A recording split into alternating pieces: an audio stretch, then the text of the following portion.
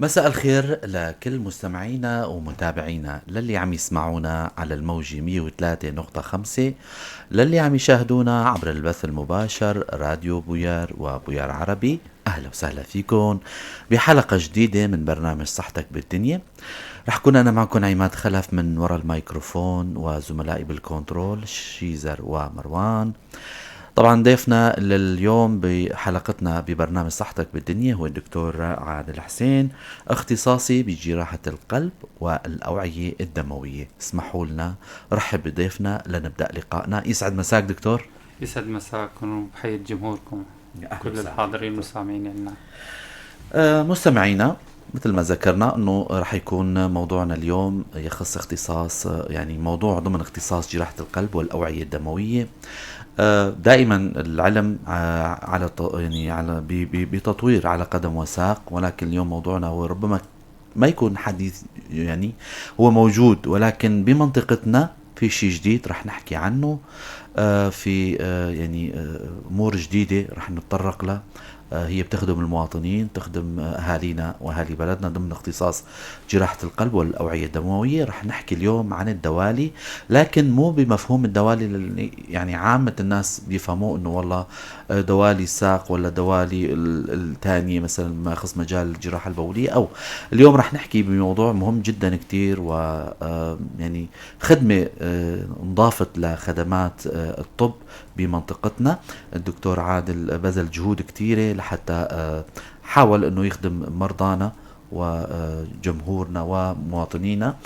اليوم رح نحكي عن موضوع الدوالي. يا ترى شو هو الدوالي؟ بين قوسين تعريفه، انواعه، كتير من العديد من الاسئله رح نطرحها على ضيفنا.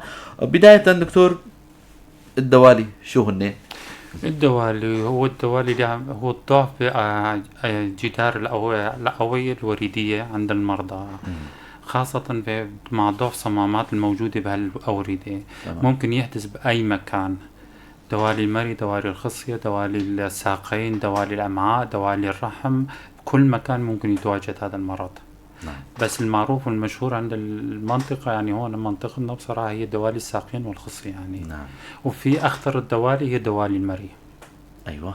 أيوة، بسبب خطورة النزف إذا صارت والتحكم فيها، لأنه النزف صعق والدرجة يعني التحكم فيها قليل هون بالمنطقة صعب بصراحة. جدا. تماما.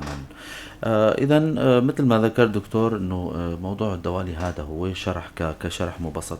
دكتور، في له انواع، هلا حكيت ضمن تعريفه هو كان في ذكرت الانواع يعني، لكن بشكل مفصل اكثر. يعني يا ترى في له انواع الدوالي؟ ممكن نسمي دوالي أولية ودوالي ثانوية. الدوالي أيوة. الأولية هي اللي بتحدث مباشرة في جدار الأوعية، هاي بسبب ضعف جدار الأوعية أو الصمامات الموجودة في الأوعية الوريدية.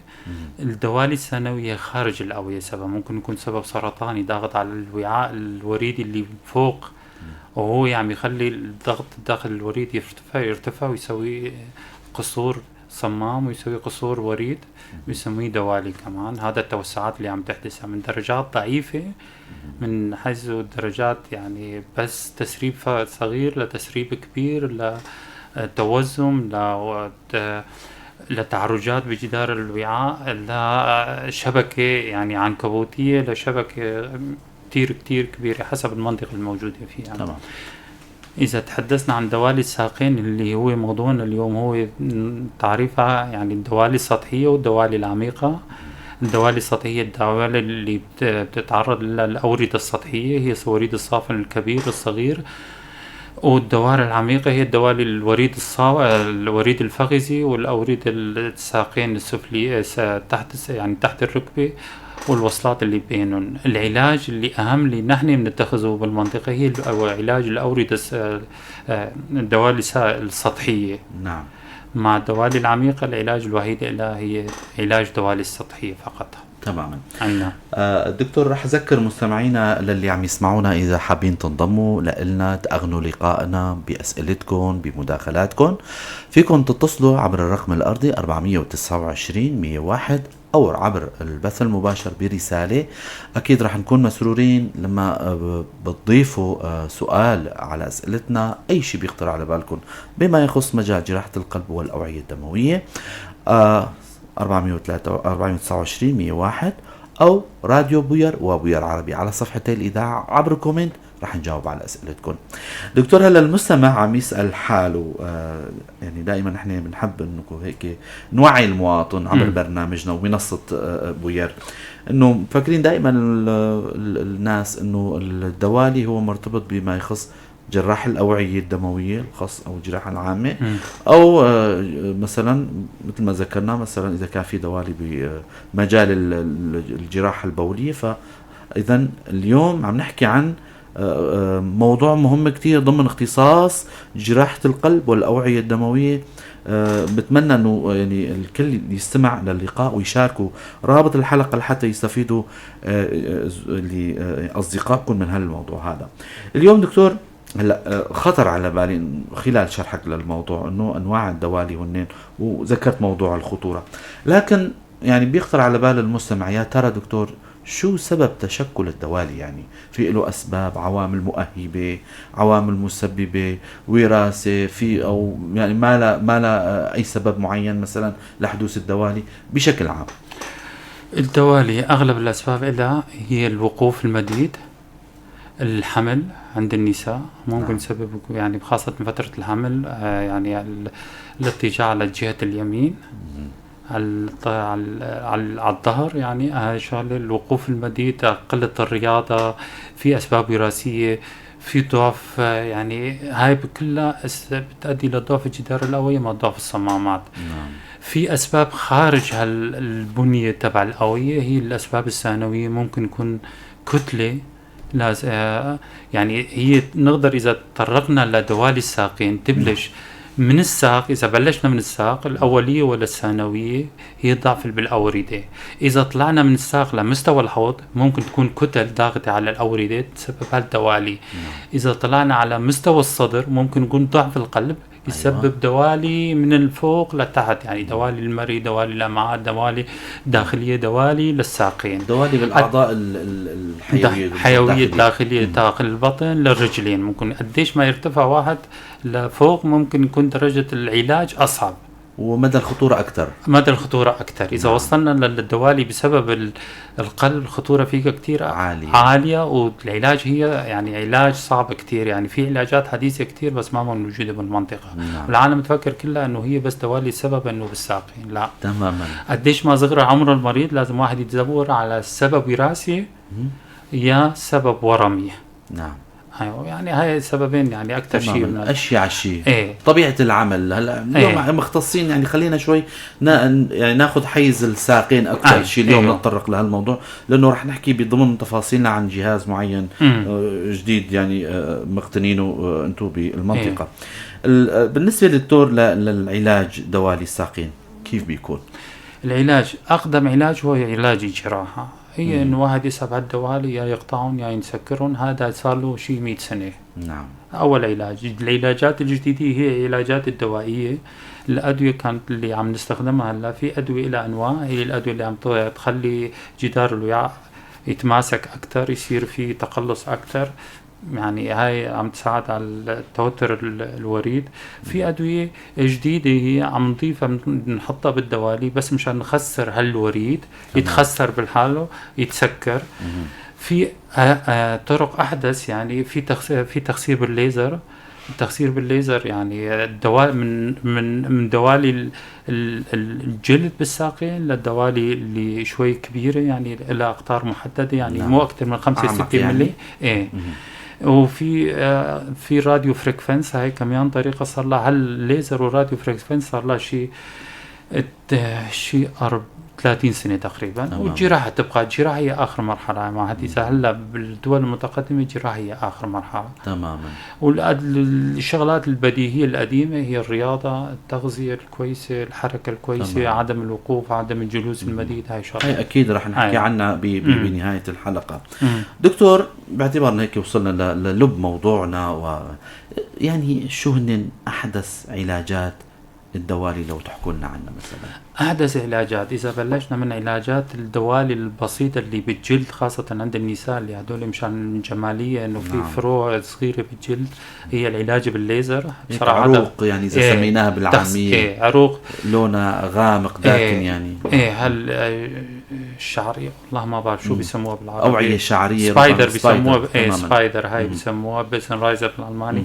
هاي احدث علاجات لها هي الليزر، بصراحه غاليه الجلسات تبعها، أيوة. انه تخسرها مباشره محلها، ما في ندبه ولا شيء. تمام. يا ميكرو كاوتري ها بيسموها، في اجهزه خاصه بتخسير مثل العمليات، بس هي دقيقه، إلى فولتاج معين مشان تخسير هالصغيره.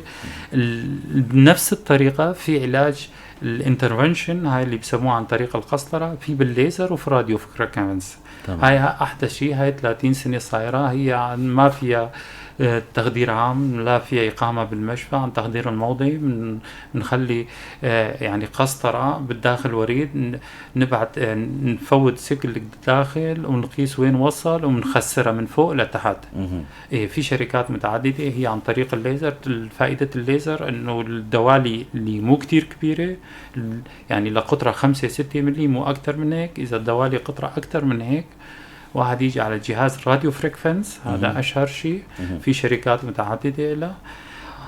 وتبقى الدوالي الكبيرة يعني الحل الأول القديم والنفس الباقي يعني جراحي الكلاسيكي. تماما. هذا الدكتور، الجهاز اللي اقتنيته حاليا وعلى السوشيال ميديا تابعناكم، وفي مريض بظن انه اشتغلتوا له هالعملية النوعية بالمنطقة، لو تحكينا عن الجهاز، عن ميزاته، كيفية. هي جهاز من شركة أولمبوس المعروفة العالمية، هي راديو فريكونس ثيرابي أبليشن بيسموها، راديو فريكونس أبليشن ثيرابي. ايوه، هذا الجهاز عن طريق القسطرة نفوت قسطرة، نبعت السلك تبعنا لفوق. هذا الجهاز بيقيس لنا السمك يعني بيقيس مقاومة الوريد. بعد ما نخدر التخدير الموضعي، نقدر نسويها بالعيادة، نقدر نسويها بالمستشفى. يقيس لنا هذا مقاومة الجدار الوريد، وعن طريق قياس المقاومة بيعطي الحرارة المناسبة. أمواج شعاعية فريكونسي، راديو فريكونس بيعطي. هاي بتخلي الحرارة، هالحرارة بتخلي تخسر بجدار الوريد. هذا التخسر يؤدي لالتصاق الوريد سوا. شوي شوي نسحبها شي 5-6 دقائق. هاي التخسير كله يعني مدتها مو أكتر، لا نوصل الفتحة اللي دخلنا فيها. ما يعني نقدر نبلش من الرجل لفوق، نبلش عن من تحت الركبة لفوق، يعني حسب الدرجة الموجودة فيها. هاي كلها العلاج الدوالي السطحية. بعد ما نسحبها يعني ما في جرح غير نص سنتي، أقل من نص سنتي، نحط لصقة عليها، نلف الرجل المريض. يوم الثاني يرجع لنا نتأكد. هذا طبعا عن طريق الإيكو كل العملية. نرجعه المريض يوم الثاني، نشيل الرباطات، نحط له جوارب شي 3 إلى 4 أسابيع. بعدها يترك الجوارب ونراقبها شي خلال السنة. هذا الوريد لحاله بيمتص من الجسم تماما. إذا مبدأ هالجهاز هذا دكتور على مبدأ جهاز القسطرة. مزبوط، عن طريق جهاز القسطرة. هو ما نو منظار الجسم اللي عم يفوت، هو عبارة عن سلك نابض أو قسطار يعني يفوت للوعاء، بيفوت بيخسره. ما ذكرت أنه بيقيس المكان اللي فيه دوالي، النقطة اللي فيها تمركز نحن عن طريق الإيكو من وين نحطها، بنبلش بنتوجهها من فوق لتحت، نسحب شوي شوي. خلال هذا السحب في تخسير الجدار. إذا بالمشاركة مع بروب الإيكو مشان نعرف وين نحط يعني براس. تمشوا مع القسطار على الوعاء بعد تخدير الموضعي. إذا الميزة اللي فيها دكتور إنه أولا ما في ندبة جراحية، لا ما تماما. في. الميزة الثانية أكيد هي اللي بتكون إنه ما في إقامة بالمشفى، ما في إقامة بالمشفى، ممكن تنعمل بالعيادة، ما بتحتاج لتخدير عام، لا ساعات طويلة للعملية، والمريض ممكن يكون أعمار وعنده مرض تاني، يعني مثلا ما يعني ما بيحسن يتخدر مثلا. بالإضافة إنه هل الجهاز هذا بيقيس الشيء اللي ذكرته؟ هذا الجهاز الحديث بصراحة هو الأجهزة القديمة من هالراديو فريكونسي من الليزر، هي عن طريق التخزير بدون مقاومة، قياس مقاومة الجدار. تماما. مشان الحرارة هو اللي بذاته يقيسها ويعطيها مشان ما يصير حرق خارج الوريد. تماما. هذا المميز الموجودة بالجهاز، وبصراحة الرخص بالجهاز. يعني في أجهزة القديمة كلنا المشافي اللي ما كانت تشتريها بشي 40 50 60 ألف دولار أول ما بلشوا. هلا يعني في مشفى بكردستان جايبون ب30 ألف، نحن هذا الجهاز بصراحة جايبونه بشي 10,000 دولار. يعني نسبة الأجهزة الثانية رخيصة والقساطر تبعها أرخص بصراحة. يعني كردستان بالألمانيا إذا ذكرنا التكلفة حوالي 2000 ل 2500 يورو. هون على التكلفة العمل الجراحي لا القسطرة عن طريق القسطرة. نعم. سواء ليزر سواء عن طريق راديو فريكفنس يعني. تماما. يعني هاي تكلفتها بلاد برا، وهاي ما بتدفع الضمان الصحي. كردستان يعني بسوي عن طريق القسطرة ب$1000 ونحن هون بسويه مع القسطرة مع كل شيء $300. حلو كتير. أكيد هلا رح نتطرق على موضوع التكلفة كمان. نحن حابب ذكر مستمعينا للي عم يسمعونا، أنتوا هلا عم تسمعوا برنامج صحتك بالدنيا. ضيفنا بالاستوديو الدكتور عادل حسين، اختصاصي بجراحة القلب والأوعية الدموية. عم نحكي اليوم عن موضوع الدوالي. يا ترى شو هي؟ عن كتير من الأنواع، عن يعني توفر جهاز وتوفر نوع من العمليات اللي هون بمنطقتنا ما كانت تنعمل. شو ميزات العمل الجراحي؟ شو بيستفيد المريض منه؟ كتير من الأسئلة لسه بقيانة، يعني رح نتطرق لها، والدكتور أكيد رح يشرح لنا بشكل مفسر. للي حابب ينضم لنا فيكم تتصلوا عبر الرقم الأرضي 429-101 أو عبر الرسالة عبر البث المباشر بوير عربي وراديو بوير. رح نكون مسرورين جدا. دكتور، هلا يعني الواحد بده يسأل انه يا ترى شو سبب اقتناء الدكتور لهالجهاز هذا؟ شو اللي يعني حبزكم انه تجيبوا هالجهاز لحتى تخدموا اهل المنطقة؟ اول شيء كان عندي مريضة قصور قلب انبساطي شديد. هالقصور القلب الانبساطي يعني وظيفة القلب الانقباضية، يقدر يضخ الدم بس ما يقدر يستقبل الدم. هذا خلى عند المريضة تسوي دوالي كتير بصراحة. يعني دوالي من فوق، نقرب المايك شوي من دوالي من فوق، يعني من تحت القلب للرجلين. حبيت اساعدها، بعتها بصراحة على لبنان مشان يسووا لها ماستر جو يسووا لها بصراحة. يعني انا خبرتها انه في هاي الاجهزة بصراحة صار لها يعني مدة بألمانيا. هاي الفكرة اللي اجت بالي، وشفت انه بصراحة اذا ليش ما سألت بشركات اوروبا نقدر نجيب هذا الجهاز بهالتقنية بتكلفة مشان المريض هون. بصراحة تقدم التقني وتعدد الشركات خلانا نجيب هالشركة. حلو. منافسة شريفة. منافسة شريفة يعني. هلا الجهاز الليزر ليش ما جبناه؟ الجهاز الليزر هو الدوالي اللي مالها كتير كبيرة. اما هاي اللي معنا منطقة يعني ما شاء الله. اليوم اجت عندي مريضة عندها دوالي 1.5 سنتي يعني بدون ما تقف 1.5 سنتي. يعني شلون حتسويها بليزر؟ شلون حتسويها صعب كتير. يا تسويها بجراحة يا تسويها براديو فريكفنس بصراحة. وهذا اللي يعني خلانا نجيب هذا الجهاز، ما نجيب جهاز الليزر، لأنه الليزر هو للمرضى الأوروبيين أكثر. يعني المرضى الأوروبيين بصراحة بيهتموا حالهم أكثر، ما بيستنوا ليصلوا درجات اللي هون صايرة تشعبات وشبكات بالأجر. مال كتير، لا تواخذني والله. لا فعلا يعني نحن بمنطقتنا ثقافة يعني التوعية، أو يعني إذا خلينا نقولها شوي قليلة. نحن ما بنعتني بأنفسنا، فبيصلوا لمراحل متقدمة لحتى بيراجعوا الطبيب والاستفادة بتكون قليلة جدا. دكتور أكيد.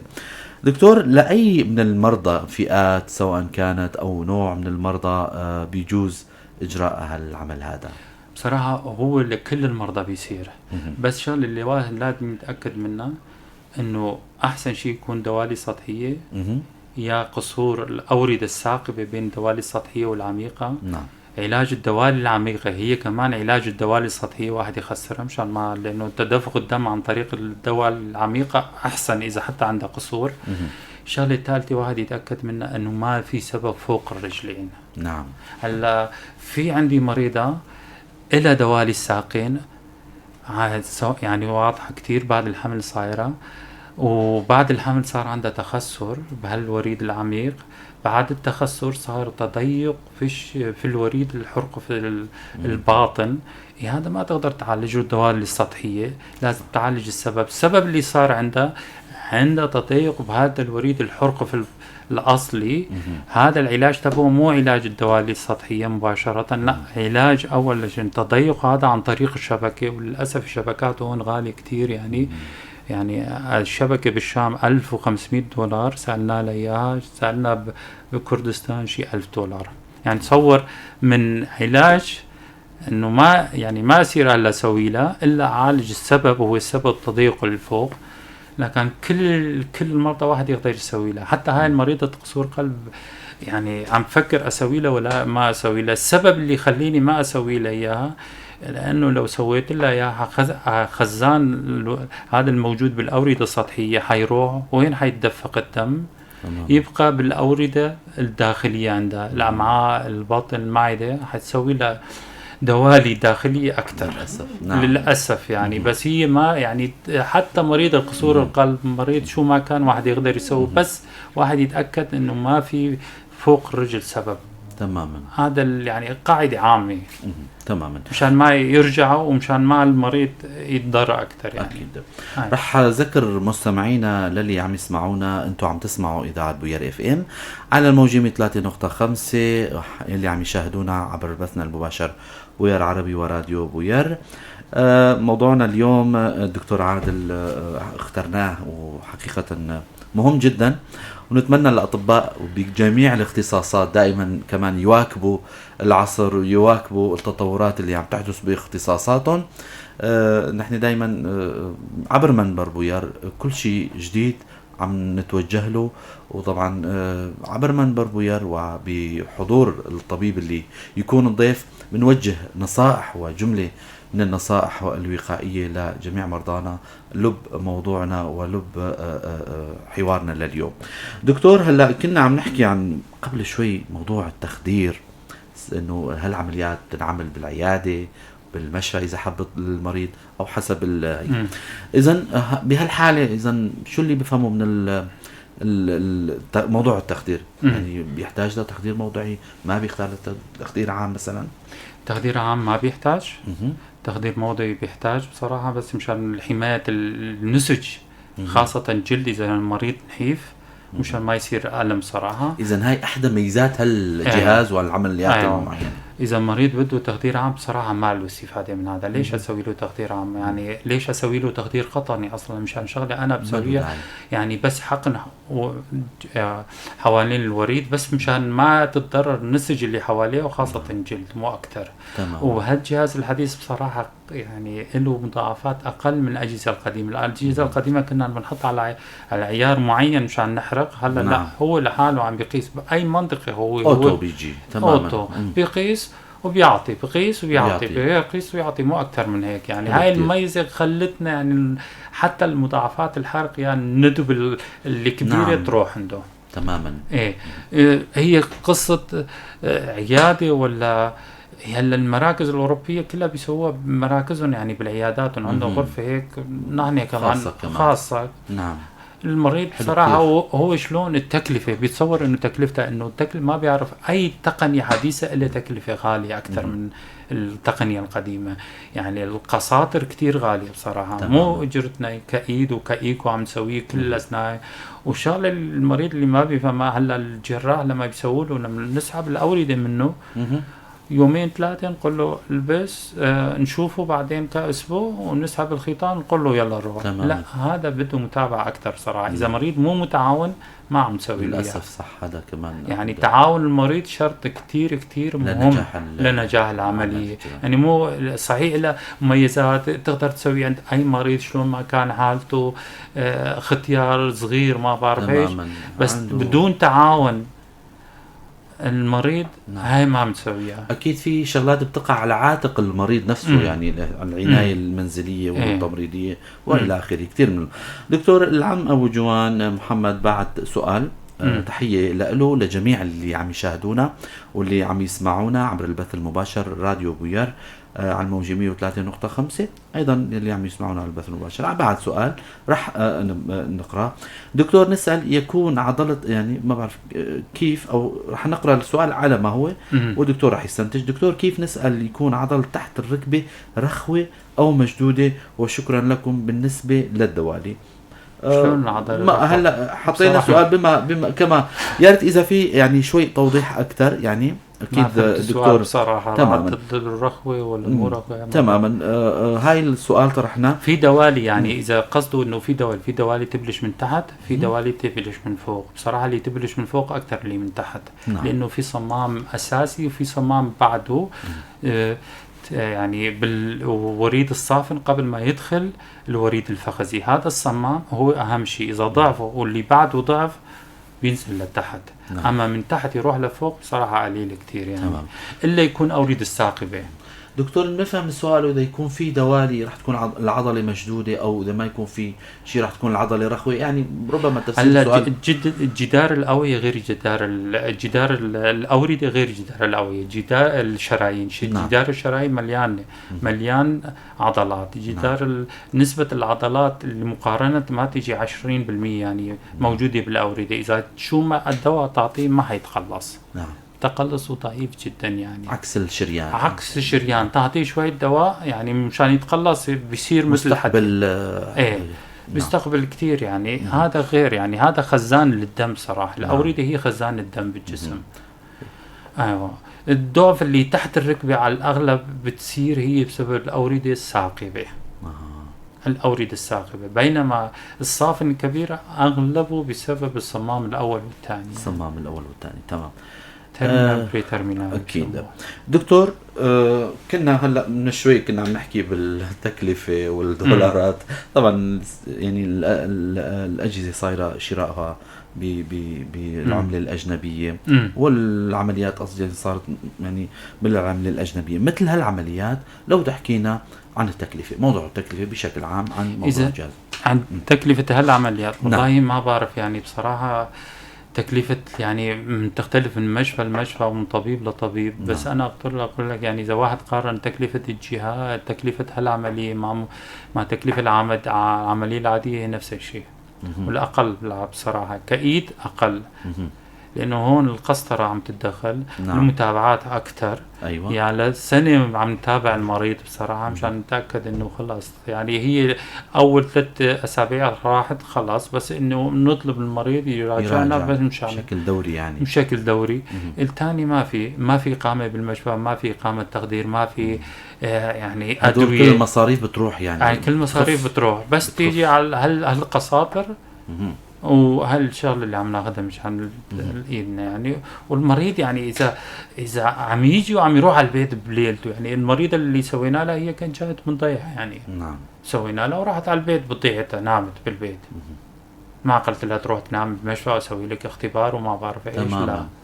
بس هالعمليه بدها ايد كتير خبيره، ايد خبيره بالفهم الموضوع، ايد خبيره بالايكو بصراحه حتى واحد يسوي هالعمليه. مو هي الجراحه يعني هي يعني شو بقول لك عمليه يعني لما كنا مسويها للمبتدئين كانت عندنا. ايوه. تمام. الدوالي القديمه صار لها 100 سنه سحب كامل، سحب عن طريق القطع شغلات هيك يعني. هاي ما في عنا. سلخ أوعية كاملة. سلخ أوعية كاملة مع النزف ومع بعض تورم الرجل. بعدين اختلاطات ما بتكون يعني. مو اختلاطات كثير يعني. نزف. ممكن واحد يعني نزف حاد يصير يعني في مرضى عم نعطينا أكياس دم كنا للأسف يعني. هاي للأسف. بعد ما هالطريقة طلعت بصراحة كل المرضى بيردوا بالدول الأوروبية، بس الضمان الصحي ما بيتكلفها. لازم المريض يدفع. مثل الدول الأوروبية، ألمانيا عم نحكيها عم نسوي عملية قلب عم يدفعوا، بس ما عم يدفعوا عملية زرع أسنان، مع أنه عملية قلب شي 30,000. نعم. عملية زراعة الأسنان بتيجي يعني كل سنة 1000-2000، بس ما بيدفعوا لحدا تجميليا، ما بيدفعوا شيء تماما. هاي القصة، الشغلات الأساسية ما بيدخل ضمن نطاق الثمن. دكتور باعتبارنا حكينا عن موضوع النزف والمخاطر والاختلاطات بهالعمل الجراحي، لا أي مدى بيكون في موجود يعني؟ والله اختلاطات قليلة يعني. صار عن تقنية تطورت كتير يعني. اختلاطات واحد إذا بسوي عملية جراحية ممكن يصير نزف، هاي ما بصير نزف. أول شغلة المهمة الحروق يعني 1 من 10,000 كان عم تصير. هاي كمان راحت لأنه أجهزة تطورت كتير. حرق الجلد كان يعني خاصة إذا نحيف، هاي راحت كمان. نعم. الشغلة إنه هالوريد يرجع مرة تانية يبقى مفتوح هاي كمان قلت بصراحة. أيام زمان كان عم راقبها عم ترجع، هلا لا. نسبة إنه يبقى الوريد مفتوح بعد هاي العملية كتير كتير قلت بصراحة. تماما. إيه، وحتى لو بقي مفتوح بعد العملية واحد يقدر يسويه كمان تخدير موضعي مرة تانية يعني. تماما. الشغلات التانية شوية يعني وجع بعد يعني شوية وجع، يعني هاي وجع ما بيسكر بصراحة. يعني هلا المريضة ما اشتكت من الإجراء. سبقوا اشتغلتوا عملية مثل بهالفترة هاي دكتور على الجهاز هذا؟ ايه، هاي الراديو. اول بصراحة اول مريضة اشتغلناها قبل فترة، وهلا في مرضى عم يجونا عم نحط لهم مواعيد مشان نسوي لهم اياها. المرضى اللي عم يجونا بصراحة هن كتير عم يجوا يمشوا في الجهاز، في بس مرضى يعني عم بدهم علاج دوائي. في مرضى يعني ما المريض اللي بيحتاج جراحة عم نقول له تعال نقصره بصراحة، بس اغلب المرضى بيجوا مشان الجلد، فكر انه هاي مشان الجلد كمان، لا. في طرق حديثة مشان الجلد، هاي مو مشان الجلد، هاي مشان المراحل المتقدمة من الدوالي بصراحة، مو الدرجة أولى وثانية. في مرضى بيجوا يعني بنقول له نستخدم الدواء فترة رياضة، لا تخاف، هيك شغلات النصائح العامة وإذا مشي معهم مشي، ما مشي بنرجعهم يعني. نوجه تحية لجميع اللي عم يبعثوا لنا سلامات للدكتور طبعا. كلهم عم يبعثوا سلامات للدكتور لضيفنا أكيد عبر منبر وير، وبنوصل سلاماتكم للدكتور، وأكيد مشكورين أنتم على العبارات الحلوة والجميلة، نشكركم كتير. دكتور احكينا عن المخاطر هلا مثل هيك مرضى دكتور، باعتبارك ذكرت انه ما له بحاجه لاستشاره تخدير، المريض فينا نعمل له اياها بالعياده اذا اضطر الامر بالمشفى. اذا كونكم طبيب قلبيه اذا ما في داعي لاستشاره قلبيه اكيد، يعني تحضير لاي مريض بحاجه لكم من الاستشارات والاجراءات التشخيصيه. مثل هيك مرضى كيف بتحضروا المريض؟ أول شيء بنشوف إذا أكيد محتاج للعمل الجراحي يعني للقسطرة. يعني كيف بتشخصوا دكتور بالحالة؟ هاي المريض أغلب المرضى جايين مدورين على الدكاترة ما شاء الله، يعني ما في ثقة بالدكاترة هون الحمد لله. لا تواخذني، المريض بيفت لنا هون على 10 دكاترة وبيبازر، وبعدين بيجي عنا ويبازر ويروح. والموضوع إنه ما له متشخص يعني متشخص من أول. يعني شغلة ثانية، الشغلة اللي أنا بدي أتأكد منها بصراحة وين بلش الدوالي. عم بتأكد إذا خاصة النسوان إذا سووا فحص نسائي، هيك شغلات عامة. إذا في عنده الدوالي عميقة، حتى لو عنده الدوالي عميقة هي نفس العلاج. القصة المرضية عم تستنتجوا شيء؟ يعني بتتوجهوا لشيء؟ بتوجه إذا في شيء مرض عام بيسووا. يعني هالمريضة اللي اجت عندي مشان اسوي لها بالقسطرة، سألتها قالت والله صار عندي خسار وبعدين وبالحمل وهيك شغلات. قلت لها كويس، سويتي شيء طبقي مشان نشوف هذا بعد الخسار شلون صار؟ قال والله سويته بكردستان. كويس. قصة الوريد الحرقف اللي فوق الرجل عرضه 3 ملي، شلون هسوي لها هاي دوالي؟ ما اقدر اسوي لها، لازم افتح لها هالوريد ليمشي الدم للأجوف وأراقبها فترة. على الأغلب تتحسن الدوالي عندها، خاصة داخلية حتصير أكثر من الليجر عندها. يعني الليجر عندها إياها وعم تتعب من الدوالي يجر، بس هاي ثانوية مستوى أعلى من الرجل. هاي اكتشفناها. مثل هالمريضة القلب اللي عندي إياها بصراحة، يعني هي بدي يعني عندها بتصير وزمات كتير بالرجل بسبب الدوالي، بس هالوزمات جاية من القلب.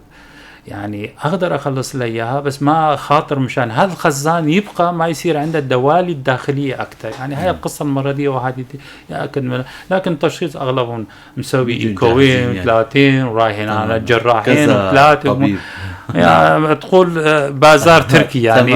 لا تواخذني، بس هاي متعودين هون. شيء أكيد. دكتور لو نرجع شوي لورا لموضوع السؤال اللي كان سألته إنه الأسباب، يا ترى المدخنين أو اللي يعني عم يدخنوا أرجيلة سواء دخان أو أرجيلة كمان هن الأكثر عرضة للإصابة بالدوالي؟ والله هاي ما اثبت لها الدراسات أثبتت اللي لها. ما اثبتت لها اللي اثبت لها الاسباب القديمه: الوقوف، الحمل، الجلوس المديد، طبيعة العمل طبيعه العمل، الاسباب الوراثيه. أيضا.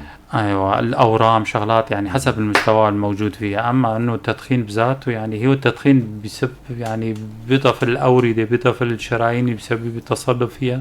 بس انه يضعفها، انه يخليها دوالي بذاتها، لا والله هلا ما. تمام. دكتور، الاستفادة من هالعملية خلال مرضاكم اللي اشتغلتون ممكن تعطينا فكرة عنهم؟ يا ترى لأي درجة عم يستفيدوا منها؟ الدرجة اللي يستفيدوا منها أي عمل جراحي بدون ألم. أول شغلة، 1 ما بيناموا من المشفى، 2 هاي بيمارسوا حياتهم طبيعية. إذا 3 يعني بعد هيك عملية دوالي، واحد بيقعد المريض يومين 3 بالمشفى، إذا صار نزف ممكن أسبوع كمان يغاب.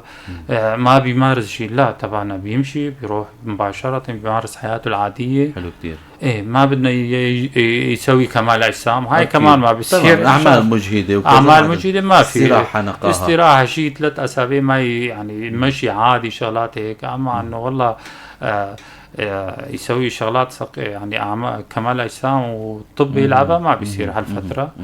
هاي الاستفادة. التكلفة أرخص أنا شايفها. التكلفة الجمالية أكيد. إنه الندبات عنا يعني طريقة بصراحة. يعني إذا واحد شاف هالمريضة مسوي جراحة، يعني مسوي جراحة هلا قالت يعني ما بعرف، يعني حاسس إجري لسه هلا عم توجعني. إنه سحب فيها، سحب عصب فيها، سحب شغلات. لا ما عنا هاي شغلات. الندبة تبع ما بتلاقيها أبدا ما في ما بتلاقيها بالمجهر. يعني بأوروبا بيسويها من ناحية الجمالية كتير. صح. هلا الدوالي صحيح لها خطورة، يعني مشان صمات الرئة بس قليلة جدا، بس هي الناحية الجمالية بأوروبا يعني. والأعراض الشخصية بتختلف من شخص لشخص، بل الناحية الجمالية كتير مهمة بأوروبا بصراحة، ولهيك بيعتمدوا على هيك طريقة. أيوة، مثل عمليات الأنف هلا مثل المي صايرة هون. أكيد يعني. هاي الناحية الجمالية فيها أكتر. بتلاقي بالسوق نص اللي يمشوا بالسوق عاملين عمليات تجميل، وغير الأنف هلا متوجهين لغير. أيوة. أكيد. هاي القصد إنه جمالية بصراحة بأوروبا، يعني خاصة النساء اللي عم تطلع لبرا يعني على المسبح هيك شغلات بيفرجوا سيقانهم، يعني إذا في ندبة ولا ما في ندبة. تمام. بتلاقي مثل جوار بعد الجراحة، هاي ما تلاقيها عنا هاي بعد القسطرة. وبصراحة أنا يعني لهلا بفضل القسطرة يعني أكثر من العملية الجراحية يعني. بس القسطرة مشكلتها مثل ما قلت بدها خبرة كتير بصراحة، مو مثل العمل الجراحي. العمل الجراحي يعني طبعا يعني ما بتدخل، بيجي في صيغة بنفوته بنسحبه وشو ما صار، تعال قطع من هون، قطع من هون، شخ هون، ما بعرف ايش شغلات هيك، مو أكتر. بس القسطرة يعني عملية عنيفة بحقيقة. والله عنيفة كتير عنيفة يعني لأنه أنا يعني شفت بعيني العمليات هاي. دكتور، ممكن نسأل سؤال الأخ آرمين؟ طبعا ضل لنا سؤال والوقت عم يداركنا أكيد. الأخ آرمين إنه عفوا دكتور، ما هو الحل لشخص تم تركيب قسطرة للشريان له في المشفى، وكانت حركته طبيعية وتنفسه طبيعي ويعمل عمل عضلي دون أي تعب؟ بعد تشخيص الدكتور المختص تبين أنه لم يكن بحاجة إلى هذه القسطرة. ما هو أفضل حل لهذه الحالة؟ هل يجب أن تبقى القسطرة أم لا هناك مجال لإخراجها؟ ولكم الشكر. قصده شبكة بالقلب يعني كأنه يبدو إيه.